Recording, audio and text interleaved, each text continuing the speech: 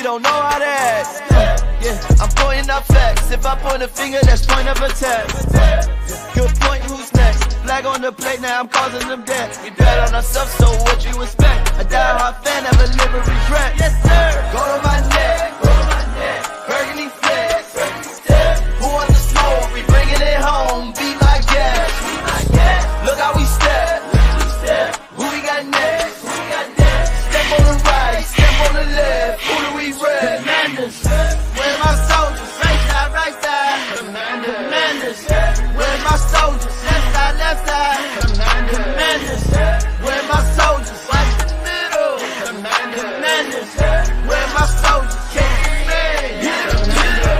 High off the way they just sound. They turn up as soon as they feed the ground. I am not playing around. I hit them, I bet that they feeling me now.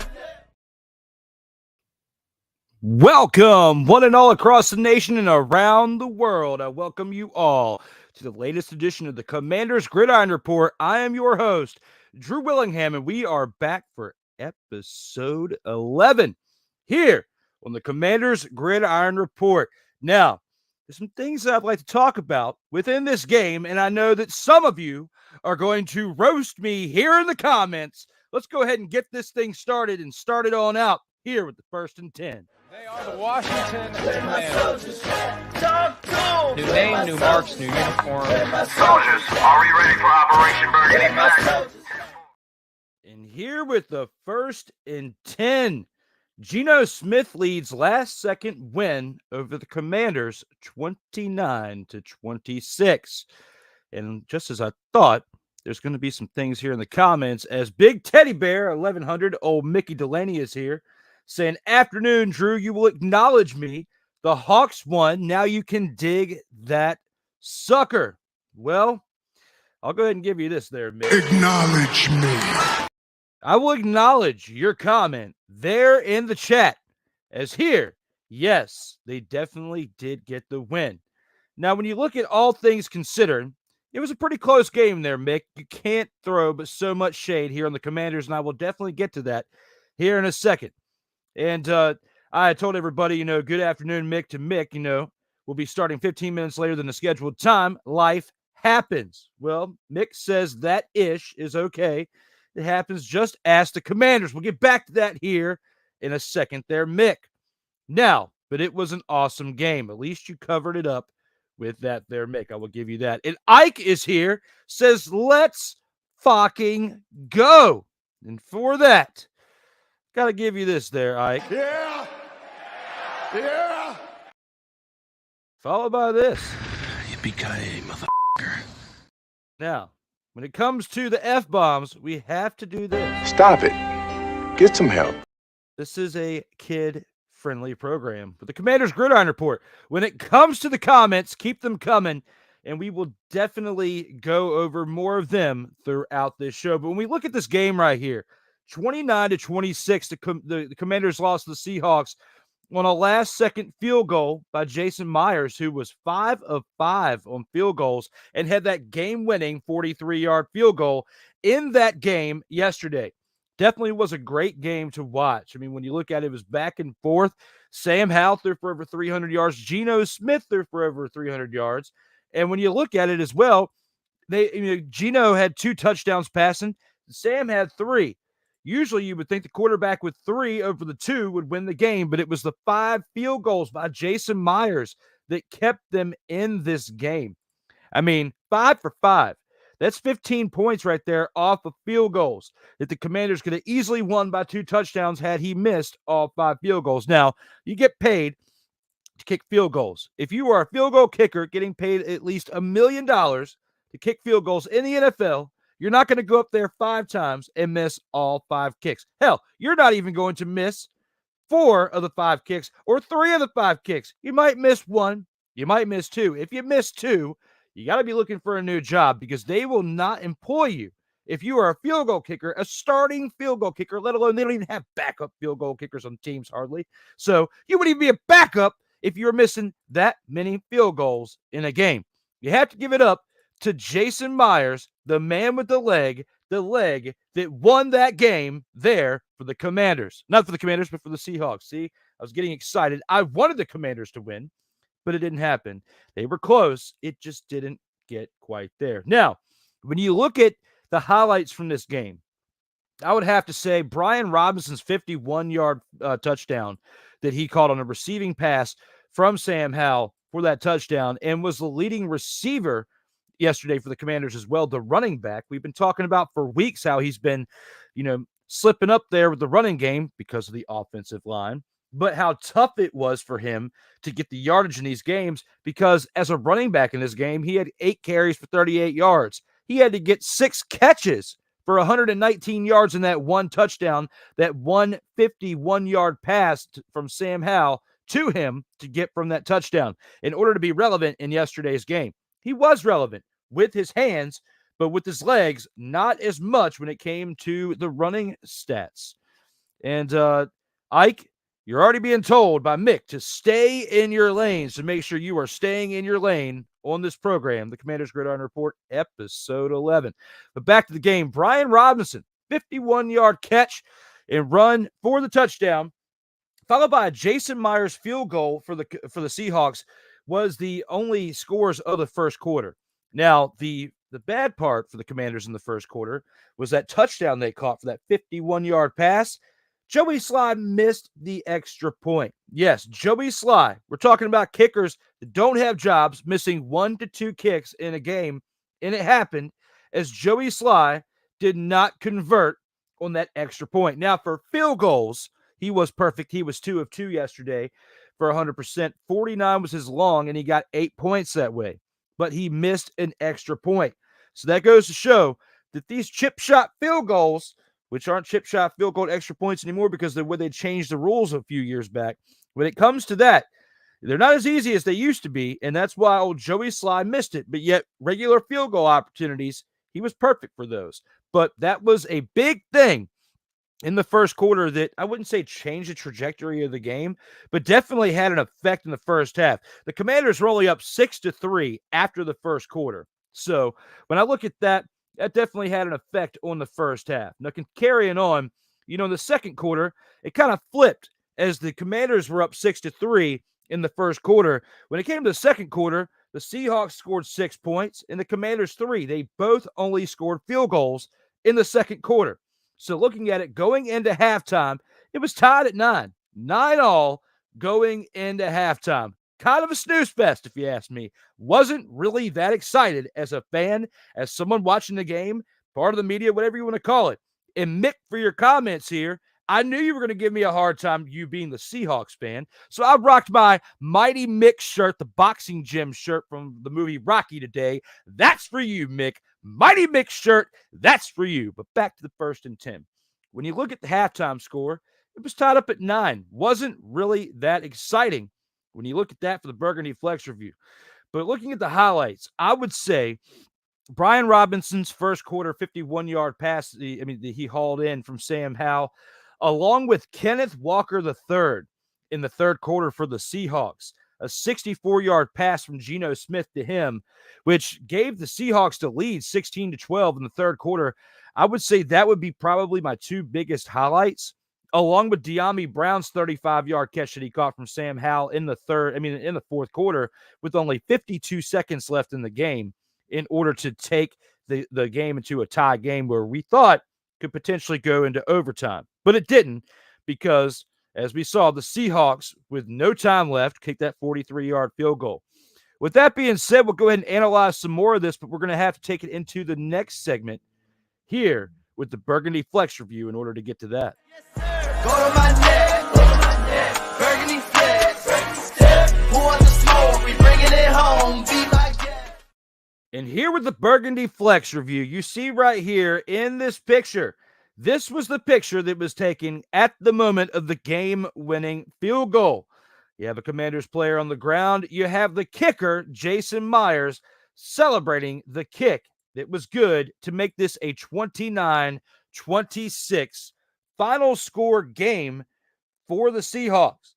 Now, we were talking about some of the biggest parts of that, the highlights, let's say, from the game. But I would have to go into more stats, more statistically speaking, when it comes to the Burgundy Flex review. Right here, I'd have to say Total yards. This was what definitely made a big difference overall in this game, as the Seahawks had more overall yards, 489 yards to the Commanders, 356. But besides that, the Commanders came back and tied it up at 26, and to where, they still had a little bit less than a minute left, but the Seahawks figured it out, and they got that field goal to win the game. But when you look at the overall stats, the Seahawks should have won this game before we even got to that point, where it was tied up at 26. Overall yards, the more that they moved the ball, passing yards in general, overall, Seahawks definitely made the bigger strides. And my apologies, not passing yards, but rushing yards. The Seahawks had 120 rushing yards to the Commanders 68. They were averaging 6.6 yards per play, and that's with running and passing combined. 6.6 yards to the Commanders 5.8. Now, I did throw a little bit of dramatic effect on there to make it sound like it was a lot less. They only had him by 0.8 yards per attempt. But hey, 0.8 is a lot bigger of a difference than what you think out here on this green when it comes to the gridiron known as football. When it comes to the team stats, third down efficiency, though, the Commanders were mollywopping the Seahawks in third down efficiency as they had 7 conversions on 15 attempts. Seahawks, 4 of 14. 4 of 14 on third down conversions. What in the father is going on with you guys on converting 4 of 14 attempts? You better be counting your lucky stars that your record is what it is today, and you have got a positive record out here on this gridiron when it comes to the Seahawks, because that type of conversion, if you even make it to the playoffs, isn't going to get you far at all. 4 of 14 on third down conversion. You should be ashamed of yourself, Seahawks. Now, looking at this, fourth down efficiency, I have to lighten up a little bit because you tied with the Commanders. You were both 1-1 on conversions on fourth down. Congratulations. Congratulations. But it didn't get you that far, did it, Commanders? No, you got the loss. But I'll have to give it to you. You fought very hard within the game because the Seahawks had 74 total plays in the game, as to where the Commanders had 61 total plays. That's a difference of 13 plays. It's a couple possessions, 2 to 3 possessions, 3 and outs. It's like 4 different possessions. That's the difference of. So that's, if you look at it that way, that's a big difference. Now, penalties. Penalties usually cost the team the game. Okay. But in this situation, it didn't necessarily do that, as the Seahawks had more penalties, 8 penalties of 50 yards to the Commanders' 6 of 39. So Seahawks got lucky. What really kept the Commanders in this game was the penalties on the Seahawks side, because had they not converted that many penalties, and had the Commanders not left as much time on the clock as they did when they scored the 26th point and tied the game, could have seen a different outcome. But shoulda, coulda, woulda. Can't be beggars can't be choosers out here on this gridiron, because you tied the game up, and you should be thankful that you did that alone. So I can't throw so much shade on that in today's game. But one big difference when it comes to turnovers, there was only one in the entire game. Neither one of the quarterbacks threw any interceptions, which is definitely great. We're seeing Sam Howell progress each and every week. And I know some people out there, unnamed, will like to go out there and say that this is all the success of Eric Bieniemy, that old EB is the only reason why Sam Howell is as good as he is. I'll argue to part of that. Part of that you may be right on, but is Eric Bieniemy in shape out there running around slinging the rock? No. He has a headset on like me, talking into a microphone and telling the kid what to do. The kid still has to execute it, okay? Is he a great teacher? Yes. Is he motivating him to get better football out of him? Yes. But we can't say it's all Eric Bieniemy, because look at what the kid did last year in that final game of the year, Week 18, against the Cowboys. He proved to me in that game that he was special, and I've been talking about it all offseason long up to this point. People thought, Drew, you're crazy. You're throwing all your cards in on this Sam Howell kid. Well, look at what he's doing. The Commanders would not have been in this game yesterday had Carson Wentz been in this game as a quarterback. Taylor Heineke, to an extent, they probably could have if this team kept improving, and if he was playing for Eric Bieniemy, probably he might be looking a little bit better. But Taylor Heineke wasn't consistently throwing 300 passing yards a game. It just wasn't happening. We were not seeing it out here on this gridiron. Let me interrupt myself for a couple comments that we have out here in the chat. Rob Johnson's in the house. Rob says they have to beat the Giants by 30. I felt horrible for the offense yesterday. You know what? I will give you that. I will absolutely give you that. And for that, because Rob Johnson is in the house, I have to get excited with this.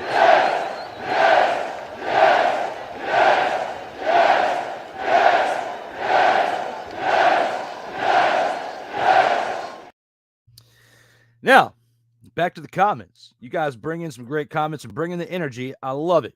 When it comes to Rob says, I'm fair. I give Hal credit, but I give ups to EB as well. Yes, I'm not trying to throw it out there as it's all Sam Howell what they're doing.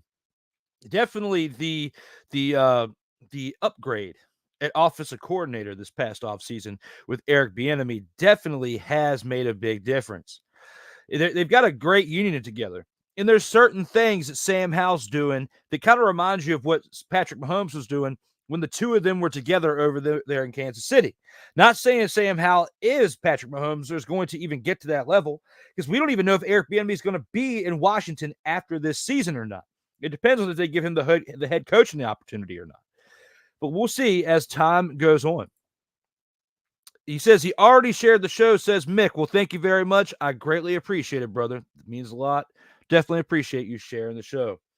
If we give other coaches credit, we have to do the same in Washington. Yes, we absolutely do. I definitely agree with that. And it doesn't matter how you start the game, it's how you finish the game. To an extent, Mick. I mean, when it comes to the scoreboard and it comes to the wins and losses, yes, it definitely matters how you finish the game. But as we were talking about those penalties, he almost threw it away. There was one time where I'm looking at when they tied it up at 26 and had that missed field goal not occurred in the first quarter, the Commanders would have been up 27-26 in that moment, Mick.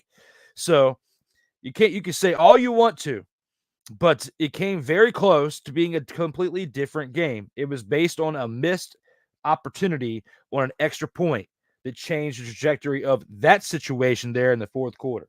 But it is what it is. The final score is what it is. You guys got the win out there for Seahawks Nation. In the 12th man, I congratulate you. And to be fair, when you look at this, I believe we'll have to go back and look, but I'm pretty sure that last week on Total Football Talk, as well as this show, I even said the Seahawks were going to beat the Commanders. I thought it would be close, and I was right on all accounts with that. I don't like to be right with this, and I don't like to predict the Commanders are going to lose, but in this situation, I felt like there was a good chance that it was going to happen. Overall, I'm proud of this team. When you look at this Burgundy Flex review and going over the stats of what we did, you have to be proud of this team overall. The running back situation, though, that part I'm a little worried about because they are still not establishing the running game as well, which is why they're 4-6 right now. They could be better, but they can't get that running game off the ground because that offensive line, except for the past 2 to 3 games, has been horrendous, giving up as many sacks as they did. I mean, through last week's game, you have to look at the fact that they had 44 sacks in 9 games. Now through 10 games, they have 47 sacks allowed. They're giving up less sacks in a game now over the past 2 to 3 weeks, but the kid is still taking a beating. And I am still very concerned about that fact that he has taken as many sacks as he has through the first 10 games. 47 sacks. It's a lot of action on the quarterback. I'm very concerned, and you have to be very concerned if you are a fan of this team. Let me know here in the comments how you feel about this situation when it comes to Sam Howell getting the amount of sacks that he's taking. But when I look at the players, looking at the overall players outside of the running game, you have to look at the fact that Antonio Gibson contributed as a receiver as well. 5 receptions, 42 yards. De'Ami Brown's big reception that he had for that touchdown, calling in 2 catches for 41 yards and that big 35-yard touchdown reception there at the end. Logan Thomas, 5 receptions of 40 yards as well. Terry McLaurin, 4 receptions of 33 yards. He's a little quiet in comparison to his overall numbers, what we're used to seeing from him. But Sam Howell spread this ball out to many different receivers in this game, a total of 9 different receivers. Who does that remind you of when you look at overall offenses and teams that have been successful over the years? You know who it reminds me of? It reminds me of Patrick Mahomes, because the amount of receivers he would spread it to between his running backs, his tight end, and his receivers. He'd have 9 different receivers in a game. I'm seeing a lot of similarities between what EB would do over there in Kansas City in comparison to what he's doing now with the Washington Commanders. So I'm excited. The fact that they're spreading the ball around, the fact that there's success early on for them, through 10 games. A lot of people would have laughed at me and were laughing at me if I would have predicted a 4-6 or 5-5 record at this point. They are 4-6. But for anybody to laugh at the fact that anybody guessed them to be 5-5 at this point, as preseason was here leading up to the season, it's not as far-fetched now when you look back on it based on the play that we've gotten from this team.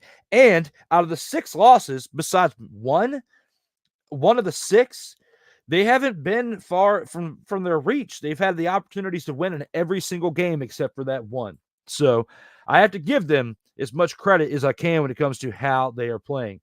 You guys have an awesome team. Thank you very much, Mick. And I appreciate the good sportsmanship, because you guys got a great team over there too. I like what was the running back's name? Charbonnet. When they were making the jokes during the broadcast, called him, "I'd like to have a glass of Charbonnet, please." Or we had the one, and then all of a sudden he ran for that run, and then I think I'll have another. And then he actually ran it again. I thought that was pretty cool. But other than that, you guys have got some pretty solid key players over there for the Seahawks. It's much different now when you look on the team from where they were 10 years ago to where they are now. Now they're prominently more known for what they're doing on the offensive side of the ball. When I'm watching their games, I see more positivity out of their offense than I do their defense. 10 years ago, it was their defense carrying them through the games, the Legion of Boom, and Russell Wilson was just managing the game. Now you got Geno Smith producing better numbers at quarterback than what old Russell Wilson did when he was with them. So looking at it, you got a good team there. You have to be excited if you are a Seahawks fan, just like those of you who are Commanders fans have to be excited for what you're seeing over here in Washington, a.k.a. D.C., a.k.a. Landover, Maryland, whatever you want to call it when it comes to this team. Stop it. Get some help. I know. I can't help it. They need a legitimate name. I'm sorry. I'm doing the best I can out here on these streams when it comes to this team right here. Gotta love them, whether you're a fan or not. But we're going to go ahead and take this into our first commercial break. When we come back, we have to talk about our soldiers of the week, our MVPs of the game. You'll be interested to see who I picked on the other side of this commercial break. See you back here in about 166 seconds. Commanders, where's my soldiers? Right side. Commanders, where's my soldiers? Left side. Football, and more football, you say? Well, tune in to Total Football Talk. Join your hosts, Drew Willingham. You were playing like a dumpster Pelican quarterback. And Cole Johnson. It sets up a possible play action. Did you hear that, Dak Prescott? As they take you through all the paces, both on the field and in the boardroom, of Total Football Talk. Every Tuesday at 9 a.m. Eastern, 8 a.m. Central. Exclusively on the Surtoba Media and the Comey Media Incorporated YouTube channel.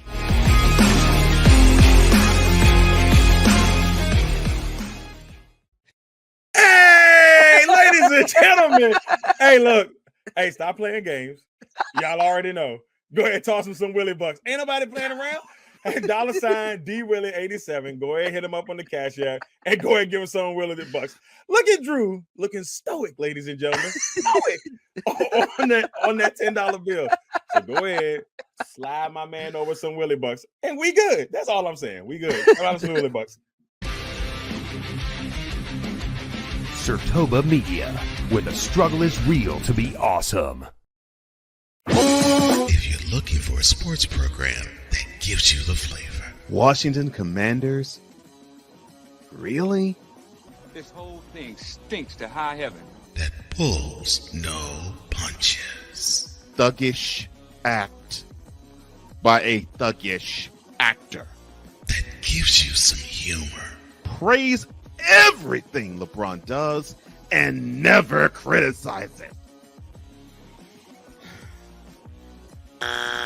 If you want a show that gives you good times, then this is that show. BS3 Network proudly presents. I am Cole Johnson, and welcome to Cole Sports with a Z. Every Friday on Patreon and every Saturday on YouTube, Spreaker, and all other outlets.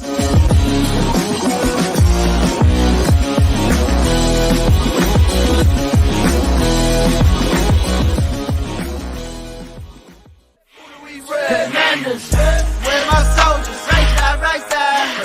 Commanders, where my soldiers, left side.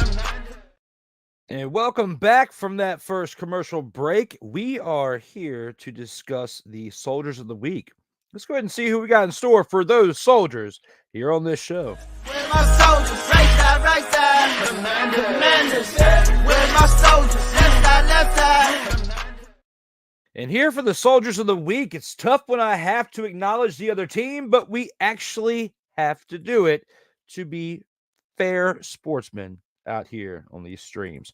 Looking first, we have to give it to Jason Myers, who was 5 of 5 with the game-winning field goal of 43 yards to give the Seahawks the 29-26 victory. Looking at my second Soldiers of the Week, I'd have to give it to Sam Howell, 29 of 44. Completions out of attempts, 312 passing yards with 3 touchdowns, as he was part of the reason why the Commanders were in this game to begin with.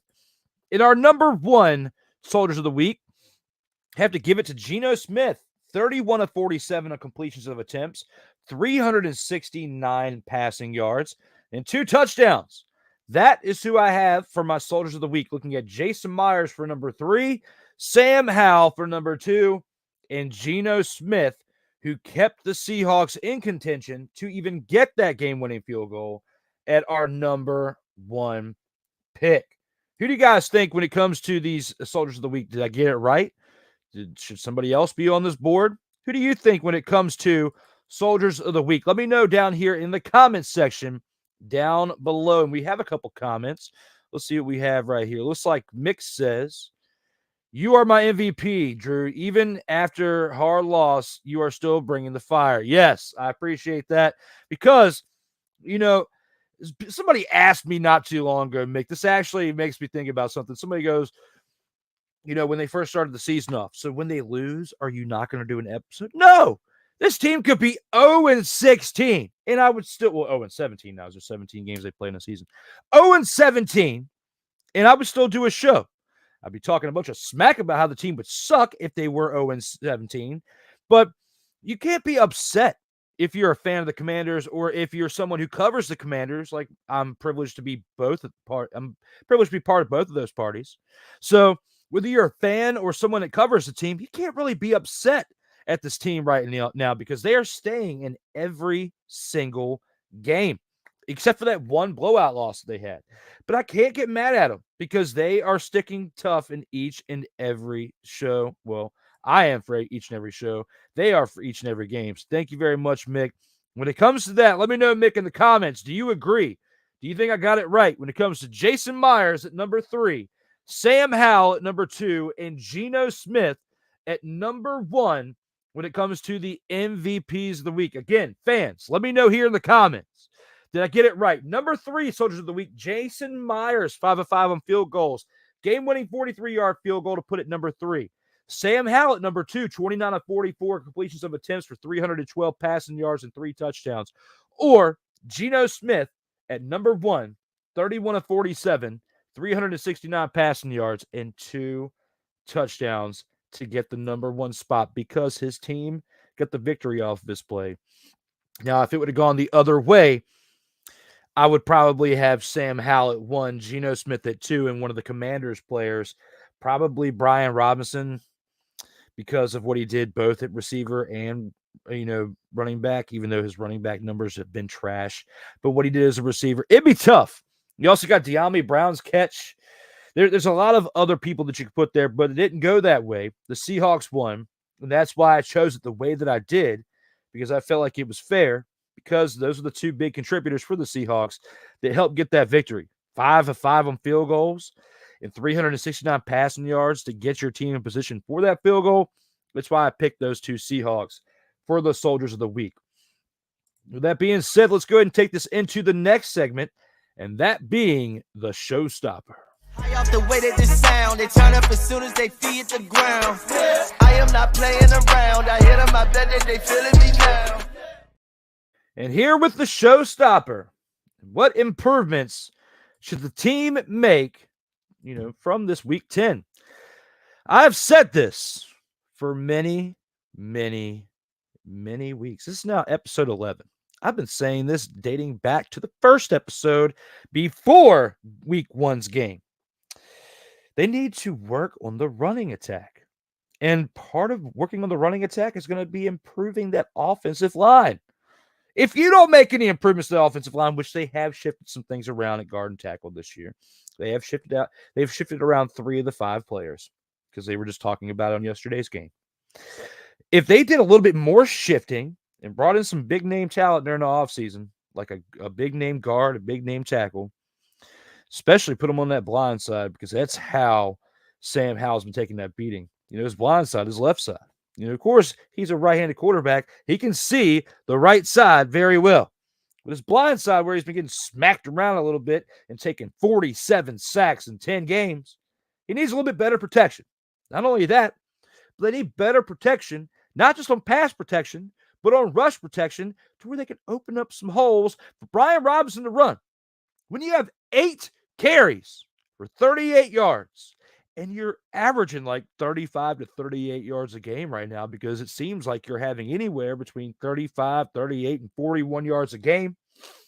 If you don't make these improvements here, Brian Robinson came back from getting shot. This dude got shot last year and came back. And now the man is looking worse than he did before. He came back from being shot, but still playing at a high level. They're making him look like the man just got shot 2-3 weeks ago. Well, 2-3 months ago, we'll say. And he never fully recovered, because that's the way he's been running all year. Now, receiving-wise, when you pass the ball to him, he does pretty well. He's doing what we thought Antonio Gibson would do, as Antonio Gibson was more of a receiver for Liberty when he was playing in college. And then you shifted the receiver, from receiver to running back. And now the person who you thought you were going to get that type of production from is coming from a different player, that being Brian Robinson. But he can only still run for 38 yards a game. 8 carries, 38 yards. No touchdown running. That is absolutely trash. If you ask me, 8 carries, 38 yards, 4.8 yards per carry. I get angry thinking about it, because I'm going to actually go back. Let's take a trip down memory lane. That was just yesterday. 8 carries, 38 yards. My apologies. He doubled those running yard numbers the week before when he played the Patriots. He had to play mac and cheese in a terrible team known as the New England Patriots. And I'm going to call them the New England Patriots because it seems like that's all they're doing when they have mac and cheese as their quarterback. But when you look at Brian Robinson, in that game, he did such a great job because he had 63 yards and a touchdown. It took him 18 carries to get 63 yards. How magnificent is that? 18 carries for 63 yards. It's kind of like the numbers I just told you in this game, except for they're worse, because at least the man was averaging 4.8 yards per carry yesterday. The week before, on those 18 carries for 63 yards, he was averaging 3.5 yards per carry. That's magnificent. That's so great, because it took him so many carries to get to that point. So basically, my point is the Commanders need to open up some more holes for these running backs, because the week before that, when they played the Philadelphia Eagles, 10 carries, 59 yards. You had a better per rush average on that one, but it's still trash numbers. And from someone that we expect better numbers from, you can't get those better numbers if you don't establish a better rushing game when it comes to your blocking, when it comes to your offensive line. And that's basically the whole synopsis of my argument. And where it's coming from is that offensive line. And I've been talking about it now for the past several years. It's been one of their weaknesses. You can't be bringing in big name players on other positions or drafting big name other talent other positions if you don't have a solid foundation. And your solid foundation comes from your offensive line for your offense and your defensive line for your defense. It all starts up front. You have to win the battle up front. You have to be able to block if you're on the offensive side for the running game or the passing game, and you have to be able to penetrate if you're on the defensive side going after the offensive game. Okay? So when it comes to what I would adjust going into next week, which again, like last week I said it, and the week before I said it before that, and for the entirety of this show, now having 11 episodes, 10 and a half, because we're not through this episode yet. But through 10 and a half episodes, I've sat here and told you that the offensive line needs to make adjustments. And hopefully, out of that second round pick and that third round pick that they got for moving Montez Sweat for the second round and Chase Young for the third, which they got robbed on that one. But don't even get me started with that, as the Commanders dropped it down from a second to a third just to make the trade happen for the 49ers before the trade deadline occurred. You still got a second and third round pick. You got to do something with those picks this offseason. You are one of the teams out there with the most draft picks in this NFL draft this upcoming year. You have to address the offensive line. If you bring in a quarterback or a running back or a receiver with those picks where you could have brought in someone of talent, someone that's going to give you like Trent Williams type of production, not when he was with Washington, but since he's been in San Francisco, if you could bring in a talent like that, where you can hone that talent and bring the best out of him within the first few years of his career during his rookie contract, and then re-sign them, because that's the problem with this Commanders team, formerly known as the Redskins, Washington Team of Football, WTF, whatever you want to call them. Yeah, they drafted some pretty decent talent, but looking back on it, how much talented players have they drafted and been able to re-sign and been able to keep? I can't think of anyone in the past 20, 30 years since free agency started where they have drafted someone very well and they've been able to re-sign them. And in other cases where they'll draft the player and they'll meet their full potential once they go to another team. So I'm just saying, this new ownership regime has to be able to figure that part out when it comes to the adjustments going into week 10. There's not many adjustments this team can make to improve on where they're at right now in the season.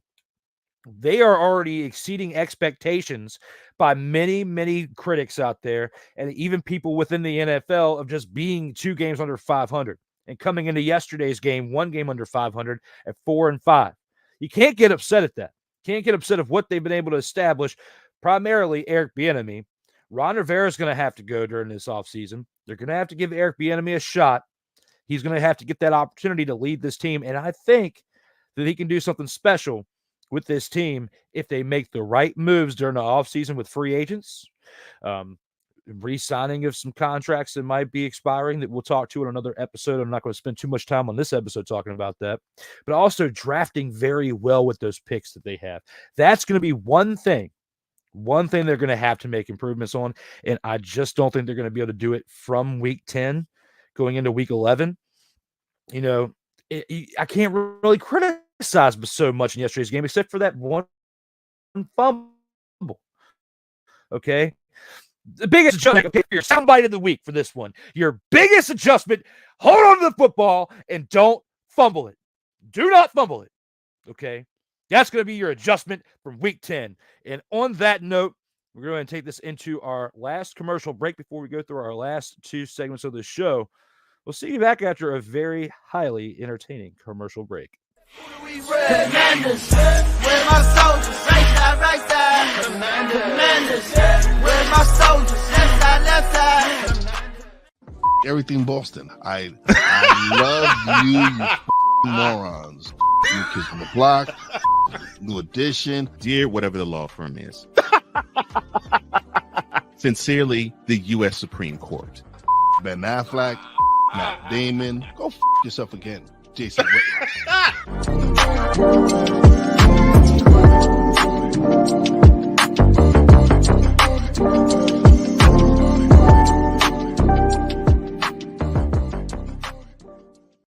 Hey, gentlemen. Hey, look. Hey, stop playing games. Y'all already know. Go ahead and toss him some Willie Bucks. Ain't nobody playing around. Hey, $sign DWillie87. Go ahead, hit him up on the Cash App, and go ahead and give him some Willie Bucks.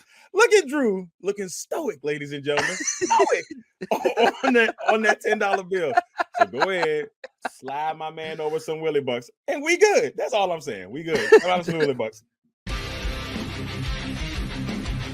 Sertoba Media, where the struggle is real to be awesome. Oh, yes. The tradition, the pageantry, the spectacle, the history, the slut. Wait. I gotta rep my brother's stuff right. All my DMV soldiers, stand up! And welcome to the Commanders Gridiron Report. You want your commanders to be repped right? Well, D. Willie is your man. Commanders Gridiron Report. Every Monday at 3:05 p.m. Eastern, 2:05 p.m. Central. Exclusively on the Sertoba Media YouTube channel. Music by J.KUL. Where my soldiers, right side. Commanders. Where my soldiers, left side. Sertoba Media, where the struggle is real to be awesome. Commanders. Where my soldiers, right side. Commanders. Where my soldiers, left side. And we are back, and we are live out here on these streams. Welcome back to episode 11 of the Commanders Gridiron Report. You guys have been busy in these comments. It is time to do one thing for you. Acknowledge me. And I got to acknowledge these comments. Let's go ahead and see what you guys are cooking up out here in this chat over here. Ike is back. And Mick says I got it right. Hey, doing the best I can when it comes to acknowledging the fact they have to get that offensive line fixed in order to make any big changes. Now, then, and forever. No, I'm not trying to go to WWE stature, but that is literally what they need to do to fix things out there on that gridiron. I did not see the play that got a the Commanders player kicked out, but then I say it later and did not look bad. And yes, you're talking about the play with Emmanuel Forbes Jr. Emmanuel Forbes Jr. got kicked out of the game for a head-to-head, shot for hitting pretty much a defensive player. Now, when you look at other plays throughout this season, there's been other plays that have gone, basically where, yes, they've gotten flagged, not kicked out of the game, and probably not facing as severe of a penalty as far as a fine that he's going to face. Kid's a rookie. However, if he was a 10, 12-year vet, something like that, I would probably excuse a little bit more. But nowadays, especially when you're a rookie, you've been trained to not go after the head or, do certain tackles that they wouldn't have done, that they wouldn't do now, that they would do back in the day. So it's kind of iffy because it's when it comes to headshots and CTE, I don't take that too lightly. Being a former player myself, I don't know if I got CTE. I played at a very young age. We took some shots. I had some concussions between football and wrestling. So you never know. But these guys take it on a more regular basis. They even made it to a higher level, to college, to professionally from NFL, places I never played on. So I can't say but so much when it comes to that. What I can say is that compared to other penalties that have been called throughout this year, other times when players have gotten ejected, it didn't look nearly as bad as some of the other shots that have gotten players kicked out of the game. So for that, I have to at least agree with you, Mick. I don't think it was nearly as bad as what they called, but yet you can only say what you can say being on the outside of the game, watching the game on TV, not actually being part of the NFL game in itself. I can't get so upset about it. Did that one player getting ejected cost the Commanders the game? No. I think it would have been down to the wire regardless. Emmanuel Forbes definitely had a big, big impact in this team being 4-5. It would have helped, the Commanders maybe get over the hump in this game. But this happened so early on for the Commanders to still stay within the game and come back and tie the game up at 26 with less than a minute left in the fourth quarter. I can't get upset with them about it. Emmanuel Forbes, the way he tackled in that game, the momentum, the way he made that tackle, I don't think it was egregious. I don't think it was intentional to try to hurt the player or whatnot. I think that's just part of being a rookie and still learning how to control yourself through the motions of making that kind of play. I can't get upset with him, but I can understand why he's upset with getting knocked out of the game for that. The Commies about to lose this weekend to my team for the second time. Ike, you coming on back in here with the shenanigans. I'm going to give you some Bishop Bullwinkle. Hell to the no, to the no, no, no, no. Hell no, no, to the no, no. All right, Ike. Let me talk to you. When it comes to the Giants and you defeating the Commanders, congratulations. I have already acknowledged this on multiple occasions. But you are not going to come to Landover, Maryland as your 2-8 selves and get a victory against us because you did it the last time at the Meadowlands. I'll give you that. You did it last time there. And I was calling for the Commanders to win. I was also calling for the Giants to go 1-7. I was incorrect. You did go 1-5. So I was at least right throughout the first 6 weeks of the season. I was just 2 games off. But hey, shoulda, coulda, woulda. Close only counts in horseshoes and hand grenades. So when it comes to that, you can throw shade all you want to, but you're the one that's still 2-8, brother. Not the Commanders. Hawks still suck, Mick, says Ike. Ike is coming up in here, throwing the shade. Mick, I need you to police him out here. You need to talk about his Giants. He's talking about your Hawks. Layeth the smackdown out here in the comments. Because when it comes to that, we look at The Rock, and he'll come out here and say this. You should know your role and shut your mouth. And when it comes to that as well. You can't handle the truth. Prime time when it comes to your thoughts there, Ike, saying this. Ain't nobody care. Who cares? Ain't nobody care. And last but not least. Stop it. Get some help.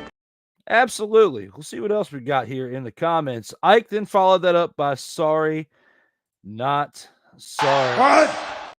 He said he was sorry, not sorry. What? It's starting to feel like the In or Out Sports Today. What? I miss that mother-fathering show. What? Oh, yes, it's true. I do miss that show. What? It's going to come back someday, pretty soon, though. Yeah. Absolutely. And you guys will then be saying this when I bring it back. Yippee-ki-yay, motherfucker. I hope so. But other than that, we have now gone off the rails slightly. Let's take it to our last 2 segments of the show and go ahead and take this into the opponent of the week. Since Ike wanted to start it off with that, let's go ahead and announce who that opponent of the week is. Look how we step. Who we got next? Step on the right, step on the left. Who do we rep?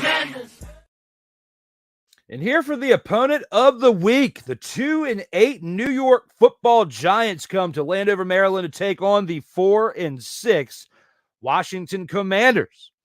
Now, some people think that last game was definitely a game that the Commanders should have had when they played the 1-5 Giants at that time. But now things have changed. The Giants are now 1-3 since that matchup with the Commanders. So they are a much harder team. No, they're not. They're not a much harder team to play. It's the exact team that they played the last time they played them, which is something that's good for the Commanders because they have enough on film now that they should beat Danny DeVito's long-lost nephew, whatever his name is, Tony DeVito. I know his name's Tommy DeVito, but he's so bad that I call him Tony DeVito. And if you're not sure about what I'm talking about, go back and watch Total Football Talk. Bing! And I'm doing that because Kyle Nash does. Bing! And that's a shout out to Kyle Nash. But Total Football Talk is a shout out to Cole Johnson and myself, a show that we have every Tuesday morning from 9 a.m. to noon. 3-hour-long show. But you can see on there where I rip Tony DeVito a new one. Old Tony, Tony's Pizza, whatever you want to call him, long-lost relative of Danny DeVito, Tommy Tony, Danny, who gives a damn? He still sucks. When it comes to that, well, Tommy DeVito, Tony, you got to know your role out here and do a better job. He says your team, Ike, will blank themselves. At least the Hawks will make the playoffs. Like, I mean, yes, you definitely have a great argument there, Mick, when it comes to that. But when it comes to the opponent of the week, the Giants again, I'm going to throw as much shade as humanly possible, and deservingly so, because this team is an absolute dumpster fire, spearheaded by Dumpster Pelicans right now. They are making Brian Daboll look very bad. He's a really good coach. He just has nothing to work with. Like, except for Saquon Barkley, the rest of the team around him is falling apart. And for that, they don't really have much to keep their head up on. It's really, Charles Barkley said it best. That's terrible. They are terrible. And I don't know if they're going to be gunning for Caleb Williams now. The Panthers are 1-8. But the sad thing about the Panthers is no matter how good or how bad they do the rest of the season, the Chicago Bears have their first-round pick next year. So regardless of that, it's not like the Panthers get to celebrate with any type of choice in the top 5 of the draft, or more than likely that's going to go to the Bears. So will the Bears have 2 top 5 picks next year? Because based on their 3-7 record right now, it's not looking good. The Giants are the next best thing to potentially have a top 5 pick. And there's other players in that draft besides Caleb Williams that'll be available. Daniel Jones has already proven he is not the answer. So I don't know if going from here on out, if they're going to be as competitive as they were the last time they played the Commanders. I think that was going to be the best the Giants fans get all season. I don't think the Giants are going to win this week in Landover. Based on the improvements that the Commanders have made in the past 4 games since playing the Giants, I don't see them going backwards and losing this game either. So I'm going to not only guess that the Commanders are going to win this game against the Giants, but it's going to be pretty decisive. It's not going to be like the Giants winning 14-7. I think that the Commanders will be winning this game by 14 to 17 points. It's going to be at least double the score of the last game, and it's going to be in the favor of the Commanders this time. So if anybody sees that going any other way, let me know out here in the comments, and we will definitely hash that up before I finish this episode if you get it in time, because we are about to take things into the final segment of this show, and that being the final drive. We bet on ourselves, so what you expect? A diehard fan never live with regret. Yes, sir. And that's right. Bet on yourselves. What do you expect? A diehard fan never lives in regret. You know, I bet on myself this year in 2023. Things have definitely been very different than they were at this point last year, a year ago. But everything happens for a reason. And to be able to do 11 episodes of the Commanders Gridiron Report, currently there's 10 episodes of Total Football Talk. 11 will be tomorrow. To have, the 8th episode of D. Willie in the evening this Thursday night. It will be back this Thursday for those of you wondering where it was last week. Had to take the week off. Had some things going on.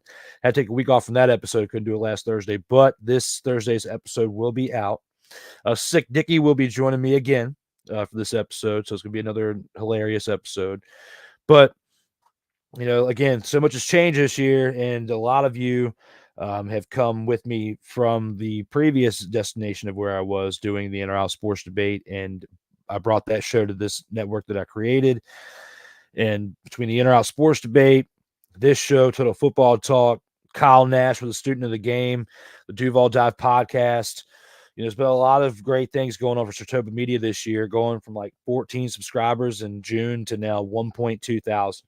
So I attribute that all to, Kyle and Cole being part of this thing every single week. I know I've put in a lot of work, but I couldn't do it alone, and I can't do it without the viewers. So with all of you out there watching this now, whether it's live or syndicated, I thank you all for, the time that you've put in towards watching this and supporting me, because, I could talk till I'm blue in the face if I was by myself, but I'm not. I got you guys out there who are watching this, whether it's live or syndicated, and I can't thank you enough for all the time, again, that we put out here together on these streams. Is now 11 episodes have come to fruition, as Mick says maybe Ike should be the water boy for his crap team. Damn! I think Mick is like over there doing this right now. I got my swagger back. Oh. You know, Ike, you need to look at these comments. Mick is definitely ready for this. Let's get ready to rumble!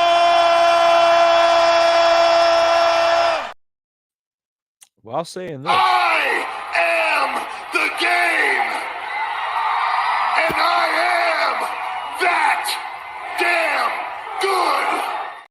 Mick, you deserve those lines because you just owned Ike in his New York Giants team. Straight up, great one there. The Commanders will take Ike's crap football team behind the woodshed. Wow. Wow.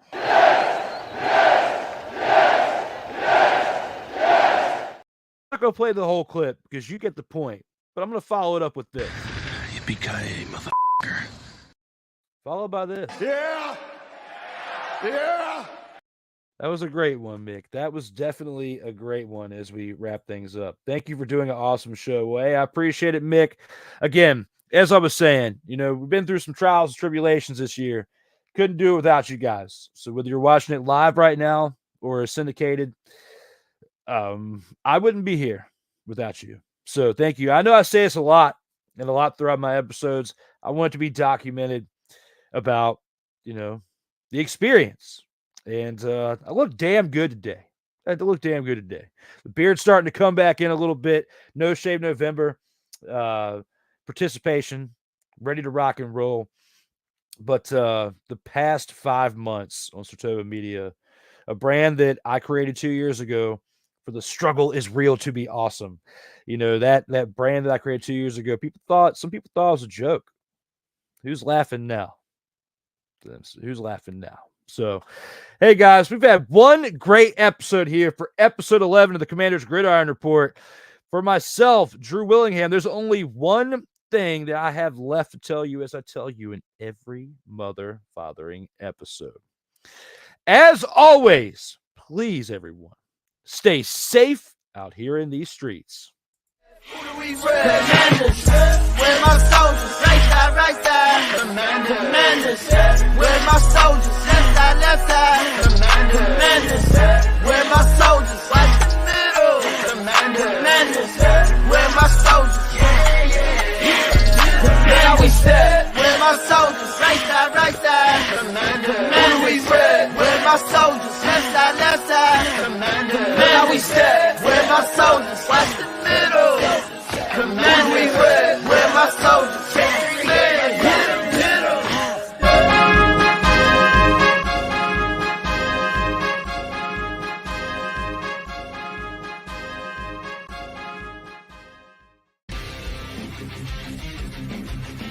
Sartoba Media, where the struggle is real to be awesome.